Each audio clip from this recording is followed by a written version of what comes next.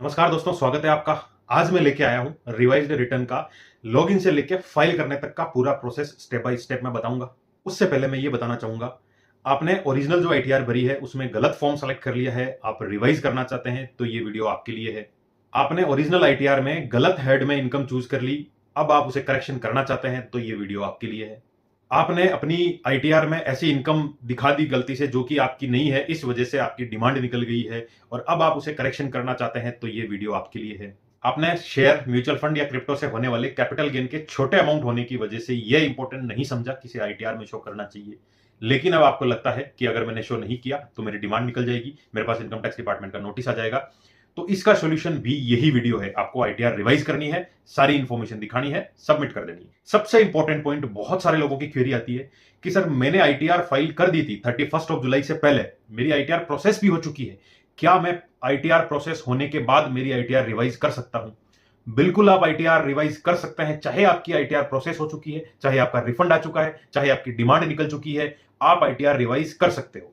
Second point, बहुत सारे लोगों की ये क्वेरी रहती है कि मैंने 31 जुलाई से पहले आईटीआर नहीं भरी, उसके बाद भरी बी रिलेटेड 139(4) में, क्या उसे भी मैं रिवाइज कर सकता हूं? बिल्कुल आप उसे भी रिवाइज कर सकते हो। बी रिलेटेड आईटीआर भरी है, फिर भी रिवाइज हो जाएगी। थर्ड और most important point, ITR revise कितनी बार कर सकता हूं?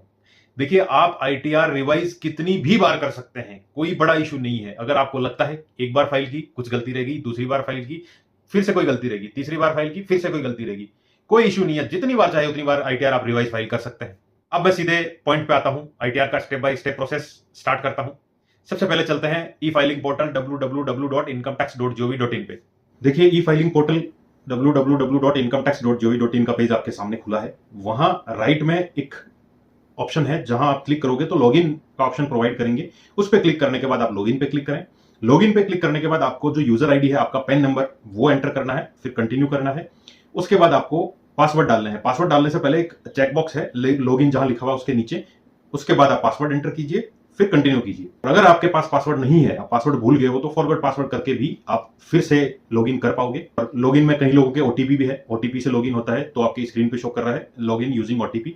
वहां आपको जनरेट ओटीपी पे क्लिक करना है, उसके बाद कंटिन्यू पे क्लिक करना है, फिर आई एग्री चेकबॉक्स है, उस पर क्लिक करके जनरेट आधार ओटीपी पे क्लिक करना है। और आपके जो नंबर है यूआईडी से लिंक, उस पर एक ओटीपी आएगा, वो ओटीपी एंटर करें, फिर लॉगिन पे क्लिक करें। और अब आप लॉगिन कर चुके हो ई फाइलिंग पोर्टल पे। यहां स्क्रीन पे आपको शो कर रहा है फाइल रिवाइज्ड रिटर्न, उस पर क्लिक करना है। वहां क्लिक करने के बाद आपको आईटीआर का असेसमेंट ईयर पूछेंगे, 24-25 सिलेक्ट करना है, ऑनलाइन मोड में करना है, उस पर क्लिक करके कंटिन्यू पे क्लिक करें। वहां आपको ऑप्शन प्रोवाइड करेगा कि आपको न्यू फाइलिंग स्टार्ट करनी है या रिज्यूम करनी है। यहां मैं स्टार्ट न्यू फाइलिंग टैब पे क्लिक करूंगा, इंडिविजुअल पे टिक करूंगा, कंटिन्यू पे क्लिक करूंगा। फिर यहाँ आईटीआर फॉर्म पूछा जाएगा, आपको जो रिवाइज रिटर्न भरनी है उसमें आईटीआर का फॉर्म 1 भरना है या फॉर्म 2 भरना है, 3 भरना है, 7 तक फॉर्म है, कौन सा फॉर्म भरना है। एक बड़ी इंपॉर्टेंट इन्फॉर्मेशन मैं यहाँ देना चाहूंगा। मेरे पास काफी सारे ऐसे केसेज आए हैं जहां असेसी ने शेयर मार्केट या म्यूचुअल फंड से रिलेटेड ट्रांजेक्शन किए हैं। शेयर मार्केट से, म्यूचुअल फंड से शॉर्ट टर्म कैपिटल गेन या लॉन्ग टर्म कैपिटल गेन, चाहे बिल्कुल छोटा अमाउंट हो, फिर भी वो एआईएस या फॉर्म 16 में शो कर रहा है। और आप आईटीआर फाइल करते टाइम इस चीज को नेग्लेक्ट ना करें। अगर आपके शेयर ट्रांजेक्शन वहां दिख रहे हैं, कैपिटल गेन या कैपिटल लॉस दिख रहा है, तो आप जरूर आईटीआर 2 फाइल करें, क्योंकि बहुत सारे लोगों ने आईटीआर 1 फाइल की थी, उनके पास सेक्शन 139(9) का नोटिस आया है कि डिफेक्टिव रिटर्न मानी जाएगी। अगर आपने ये सारी इंफॉर्मेशन सही प्रोवाइड नहीं की है, यानी आपकी रिटर्न फाइल भी नहीं मानी जाएगी। इसीलिए अगर आपको कैपिटल गेन हुआ है तो जरूर फॉर्म 2 भरें। आईटीआर 1 में सैलरी हो, कोई हाउस प्रॉपर्टी से इनकम हो, या कोई इनकम फ्रॉम अदर सोर्सेज हो, इन चीजों में आप आईटीआर 1 भर सकते हैं। लेकिन कैपिटल गेन में आईटीआर 1 ना भरें, आईटीआर 2 भरें। चाहे आप सैलरीड पर्सन हो, आईटीआर 2 में सैलरी भी शो हो जाएगी, वहां कैपिटल गेन भी शो हो जाएगा, इसीलिए आईटीआर 2 भरें। मैंने उसका भी एक अलग से वीडियो प्रोवाइड किया है, मेरे चैनल पे आपको मिल जाएगा। तो मैं यहाँ आईटीआर 1 सेलेक्ट करूंगा, proceed with ITR 1, let's get started पे क्लिक करूंगा। यहाँ ऑप्शन दिए हैं कि आपको क्यों आईटीआर भरनी है। मैं सबसे पहला ऑप्शन सेलेक्ट करूंगा कि मेरी टैक्सेबल इनकम है वो बेसिक एग्जेम्पशन लिमिट से ज्यादा है, उस पर टिक करके कंटिन्यू पे क्लिक करूंगा। फिर यहाँ आपको 5 ऑप्शन दिखेंगे, जो प्री फिल्ड रिटर्न्स है या जो प्री फिल्ड इन्फॉर्मेशन है वो यहाँ आपको पहले से शो कर दी जाएगी, जहाँ personal information, gross total income, total deduction, या फिर टैक्स पेड, या फिर टोटल टैक्स लाइबिलिटी है। वो 5 ऑप्शन आपको यहाँ दिखेंगे। अब देखिए, पर्सनल इन्फॉर्मेशन पे आप क्लिक करोगे तो वहां आपको शो करेगा आपकी सारी पर्सनल इन्फॉर्मेशन। नीचे एक फाइलिंग सेक्शन आएगा। सबसे बड़ा डिफरेंस यहाँ है, फाइलिंग सेक्शन में सेक्शन 139(1) अगर आप सेलेक्ट करते हो तो आपकी रिटर्न आपकी मानी जाएगी कि आपने फ्रेश रिटर्न भरी है। सेक्शन 139(5) यहाँ सेलेक्ट करना है, जो कि रिवाइज रिटर्न है। रिवाइज रिटर्न आपको इसलिए भरना है कि हो सकता है आपकी जो ओरिजिनल आईटीआर भरी है उसमें कुछ गलती हो, कुछ आपसे कैलकुलेशन मिस हो गई हो, इस वजह से आईटीआर रिवाइज कर रहे हैं, या हो सकता है कुछ इनकम पीछे छूट गई हो, जैसे कि कैपिटल गेन हो सकता है शेयर और म्यूचुअल फंड से आईटीआर 1 आपने भरी, शो नहीं कर पाए, इस चक्कर में आपको आईटीआर का फॉर्म चेंज करना है, उन केसेस में रिवाइज रिटर्न भरनी है सेक्शन 139(5) में, वहां आप क्लिक करें। उसके बाद सबसे बड़ी चीज आपको है ना, नीचे जो एक्नॉलेजमेंट नंबर है पुरानी आईटीआर के, यानी जो ओरिजिनल आईटीआर आपने भरी है जिसके लिए आप रिवाइज कर रहे हो, उसका एक्नॉलेजमेंट नंबर एंटर करना है और उस ओरिजिनल रिटर्न की डेट ऑफ फाइलिंग एंटर करनी है। नेक्स्ट स्क्रीन में आपको ये ऑप्शन देगा कि do you wish to exercise option under section 115(b)(a)(c) of opting out of new tax regime, यानी अब डिफॉल्ट टैक्स रिजीम जो है वो न्यू टैक्स रिजीम है। अगर आप ऑल टैक्स रिजीम सेलेक्ट करना चाहते हो तो यहां यस करना पड़ेगा, और अगर आप न्यू टैक्स रिजीम से ही जाना चाहते हो तो यहां नो कर दीजिए। मैं इस वीडियो में न्यू टैक्स रिजीम लेके चल रहा हूं, इसीलिए यहां मैंने नो किया है। नीचे आपको बैंक डिटेल्स दिखा देगी कौन सा आपका बैंक अकाउंट है। एक चीज ध्यान रखिए, वैलिडेटेड अकाउंट जो स्टेटमेंट है ना वो दिखाना चाहिए, यहाँ नीचे लिखा हुआ वैलिडेटेड, ये दिखना चाहिए ताकि आपका रिफंड आए तो आपको कोई इशू नहीं हो, इजीली रिफंड आ जाए। और आपका अगर यहाँ बैंक अकाउंट और ऐड करना चाहते हो तो भी ऐड अनदर का ऑप्शन दिया हुआ है। उसके बाद मैं कंटिन्यू पे क्लिक करूंगा, यानी मेरी जो पर्सनल इन्फॉर्मेशन है फर्स्ट ऑप्शन मैं कंप्लीट कर चुका हूं, वहां कंफर्म लिखा हुआ आ गया। सेकंड में मैं आता हूं gross total income. Gross total income पे क्लिक करूंगा, न्यू टैक्स रिजीम है इसीलिए यहां सिर्फ और सिर्फ कुछ ऑप्शंस दिए हुए हैं जो कि आप डिडक्शन क्लेम कर सकते हैं।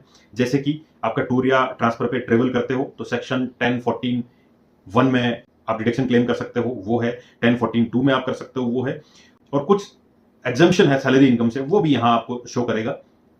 जैसे कि हो गया 10(6) में रिन्यूमरेशन आया है, 10(7) में कोई अलाउंस या परक्विजिट है जो कि आउटसाइड इंडिया में जो सिटीजन ऑफ इंडिया है या गवर्नमेंट की तरफ से पे किया जाता है, death cum retirement gratuity, earn leave encashment आया है, या फिर commuted value of pension received. ये सारे ऑप्शंस आपको यहां दिखाई देंगे न्यू टैक्स रिजीम में। अगर कुछ है ऐसा आपका तो यहां एंटर कर दीजिए, अदरवाइज कंटिन्यू पे क्लिक करें।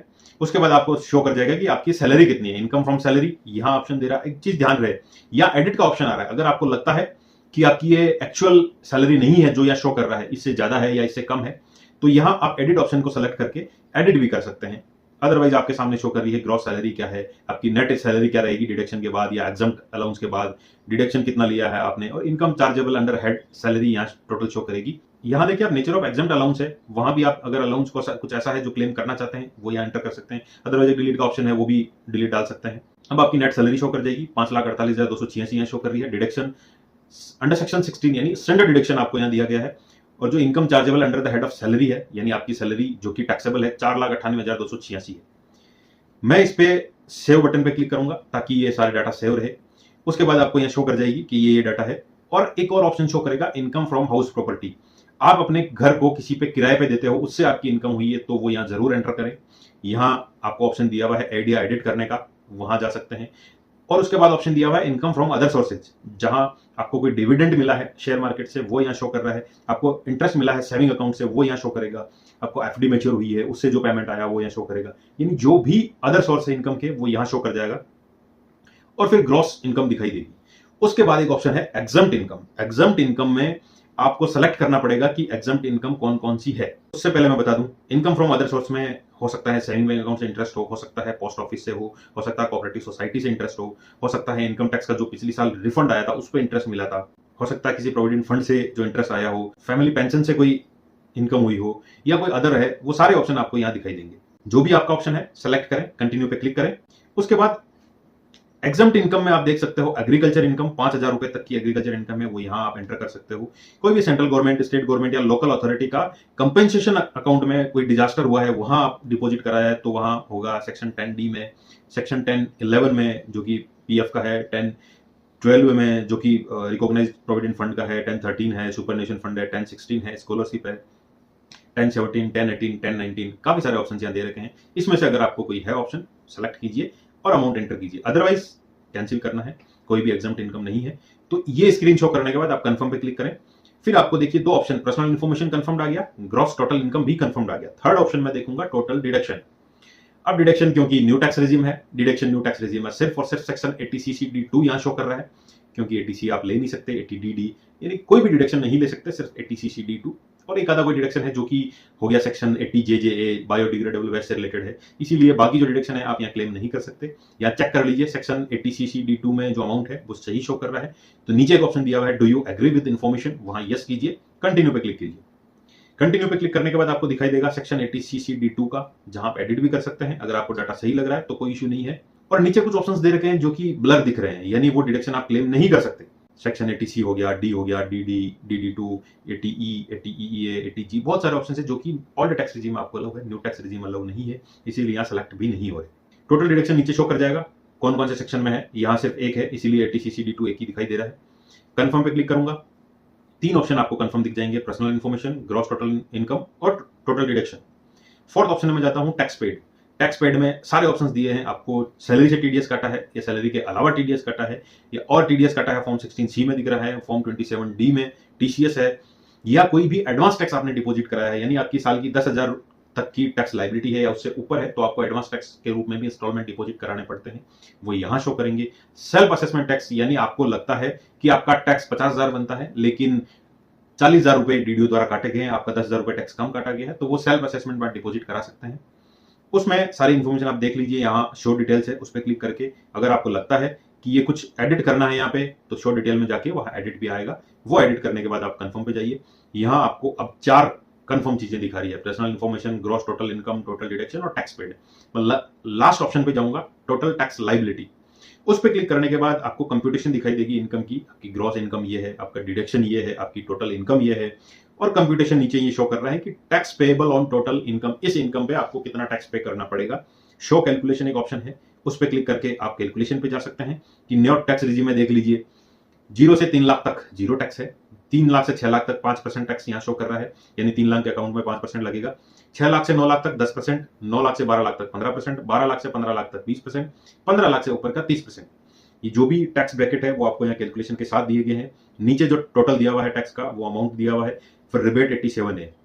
ध्यान दीजिए, अगर आपकी इनकम न्यू टैक्स रिजीम में 7.5 लाख तक है, यानी 50,000 स्टैंडर्ड डिडक्शन मिल जाएगा आपको, 7 लाख तक आपकी जो नेट टैक्सेबल इनकम रहेगी, उस इनकम पे आपको कोई भी टैक्स नहीं देना है, क्योंकि 87A में रिबेट मिलती है 25,000 रुपए की, जो अमाउंट इस पे टैक्स बनता है उसकी रिबेट मिलकर आपको 0 टैक्स देना पड़ेगा। 7 लाख तक की नेट टैक्सेबल इनकम अगर आपकी है तो यहाँ रिबेट मिला हुआ है। टैक्स पेएबल आफ्टर रिबेट दिया हुआ है 0 है। हेल्थ एंड एजुकेशन सेस जो कि 4% लगता है, अगर यहाँ टैक्स बनता है तो उस पर सेस भी लगता है। टोटल टैक्स जो है वो दिख जाएगा, सेस दिख जाएगा, रिलीफ अंडर सेक्शन 89A दिख जाएगा। आपको रिलीफ लेनी है तो सेक्शन 10E आपको एक फॉर्म भरना है, पुराना जो आपका एरियर आया हुआ है उसका अगर आप यहाँ क्लेम करना चाहते हैं डिडक्शन, वो यहाँ भरना पड़ेगा। जो बैलेंस्ड है टैक्स आफ्टर रिलीफ का वो यहाँ नीचे शो करेगा। Interest section 234A, 234B, 234C तीनों की कैलकुलेशन भी यहाँ पे शो करेगी अगर आप पे बनता है, अदरवाइज यहाँ 0 शो करेगा। और फीस 234F डिलेड फीस, यानी आप 31 जुलाई के बाद अगर आईटीआर भरोगे तो यहाँ आपको कुछ अमाउंट दिखेगा, आपकी डिलेड फीस कितनी है वो भी यहाँ शो करेगी। उसके बाद टोटल इंटरेस्ट और फीस दिखी, टोटल टैक्स और फीस और इंटरेस्ट सारे दिख गए। कंफर्म पे क्लिक करूंगा तो आपका इंटरेस्ट भी यहाँ शो कर जाएगा, फीस भी यहाँ शो कर जाएगी, और पांचों ऑप्शन कंफर्म शो करेंगे। पर्सनल इन्फॉर्मेशन कंफर्म्ड है, ग्रॉस टोटल इनकम कंफर्म्ड है, टोटल डिडक्शन कंफर्म्ड है, टैक्स पेड कंफर्म्ड है और टोटल टैक्स लायबिलिटी कंफर्म्ड। यानी हमने पांचों ऑप्शन देख लिए, सारी कैलकुलेशन कर ली, सारे कुछ डाटा चेक कर लिए, अपने सही है तो फिर अपन आगे प्रोसीड करेंगे। प्रोसीड बटन पे क्लिक करें, आगे आपको दिखाई देगा ग्रॉस टोटल इनकम क्या है, डिडक्शन क्या है, टोटल टैक्सेबल इनकम क्या है, उस पर टैक्स कितना है, उस पर इंटरेस्ट कितना है, अमाउंट कितना आपको पे करना है। अगर नहीं पे करना, अमाउंट पेएबल 0 है तो प्रीव्यू रिटर्न पे जाइए, वहां एक चेकबॉक्स है उस पर टिक करें। उसके बाद नीचे जो प्रोसीड टू प्रीव्यू है उस पर क्लिक करें, आपको प्रीव्यू दिखाई देगा आपकी इनकम टैक्स रिटर्न का, वो देख लीजिए। सही लगे कि सारी इंफॉर्मेशन सही है तो सबसे नीचे प्रोसीड टू वैलिडेशन लिखा हुआ है, वहां क्लिक करें। वैलिडेशन सक्सेसफुल हो चुका है, प्रोसीड टू वेरिफिकेशन करें। यहां आपको ऑप्शन दिखाई देगा ई वेरीफाई नाउ, लेटर या आईटीआर वी से। ध्यान रखें, ई वेरीफाई जरूर करें। अगर आपने ई वेरीफाई रिटर्न नहीं की है तो आपकी रिटर्न फाइल की भी नहीं मानी जाएगी, आपकी ऐसा माना जाएगा कि आपने रिटर्न फाइल नहीं की है, इसीलिए ई वेरीफाई जरूर करें। आपके पास एक ऑप्शन है ई वेरीफाई नाउ पे क्लिक करें और आपको ऑप्शन दिख जाएगा कि आप आधार ओटीपी से ये वेरीफाई कर सकते हैं, तो सीधा सीधा ओटीपी ले लीजिए, वेरीफाई कर दीजिए ताकि कोई झंझट नहीं बचे। अगर आप ये चाहते हो ई वेरीफाई ना करके आईटीआर वी में भेजूं तो वो भी ऑप्शन यहाँ है। मैं ई वेरीफाई जा रहा हूं ओटीपी के साथ, कंटिन्यू पे क्लिक करूंगा तो जो नंबर है उस पर आई एग्री करके चेकबॉक्स पे टिक करके जनरेट आधार ओटीपी ले लूंगा। वो ओटीपी यहाँ एंटर करके मैं सबमिट करूंगा तो मुझे ये शो करेगा कि आपकी आईटीआर फाइल हो चुकी है। ये कंप्लीट हुआ रिवाइज रिटर्न का वीडियो। एक और वीडियो मैंने डाला है जो कि ओल्ड टैक्स रिजीम में आपको कैसे फाइल करेंगे, क्या क्या डिडक्शंस अलाउ है, वो सब बताएगा। आपकी कोई भी क्वेरी हो कमेंट सेक्शन में डालिए, आपको जरूर जवाब मिलेगा। वीडियो को ज्यादा से ज्यादा लोगों तक शेयर करें ताकि वो आईटीआर खुद भर पाए, अवेयर हो सकें। और भी बहुत सारे वीडियोस मैं प्रोवाइड करता हूं मेरे चैनल पे इनकम टैक्स रिलेटेड, वो देख सकते हैं।